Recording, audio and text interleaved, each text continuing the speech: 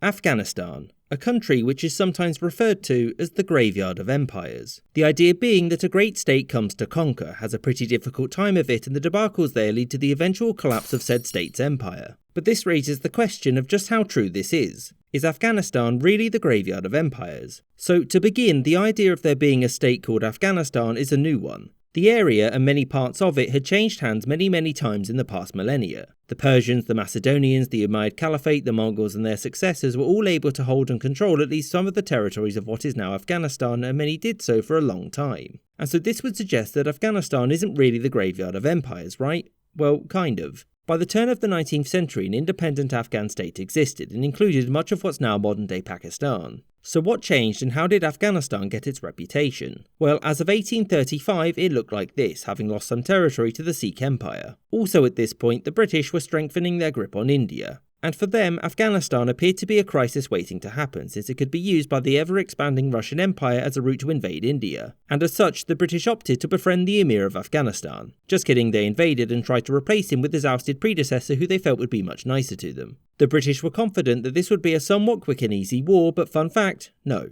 At first things went well, however things turned sour pretty quickly. Mostly because of the geography of Afghanistan and also the hostility of the people there to outside rule. And eventually holding Afghan territory became too costly, and so the British opted to leave Kabul, which led to the infamous 1842 retreat. As you'll know, the British Empire didn't collapse in the wake of this loss, and so naturally Afghanistan did not develop a reputation of wrecking empires at this point. This is doubly true when you consider the fact that in 1878 Britain invaded again, and this time they succeeded and established a puppet leader there to keep the Russians away from India. And after this, Afghanistan was, for the most part, a peaceful place, and it wasn't invaded again until the 1970s, this time by the Soviet Union.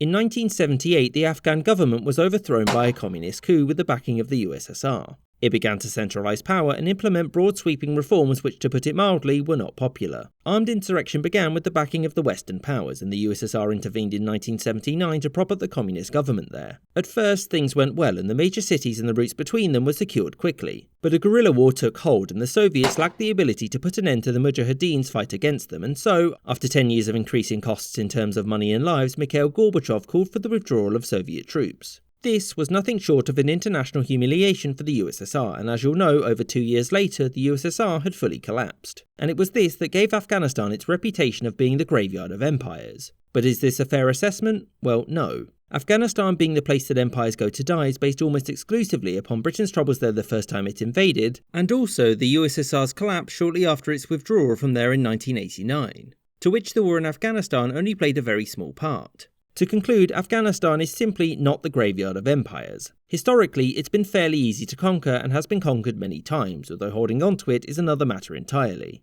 I hope you enjoyed this episode and thank you for watching, with a special thanks to my patrons James Bisonet, Kelly Moneymaker, Marvin Cassow, Rob Waterhouse, Mo, James Castaneda, Aaron the Whites, Jordan Longley, Gustav Swan, Jerry Lambdin, Marcus Arsner, Rashid Ali, Miss Izette, Copper Tone, Spinning 3 Plates, Maggie Paxkowski, Winston Kaywood, Matthew Shipley, Spencer Lightfoot, Anthony Beckett, Lexi Schwinn, Robert Wetzel, Corsho Wolfe, Sky Chappelle and Charles the First.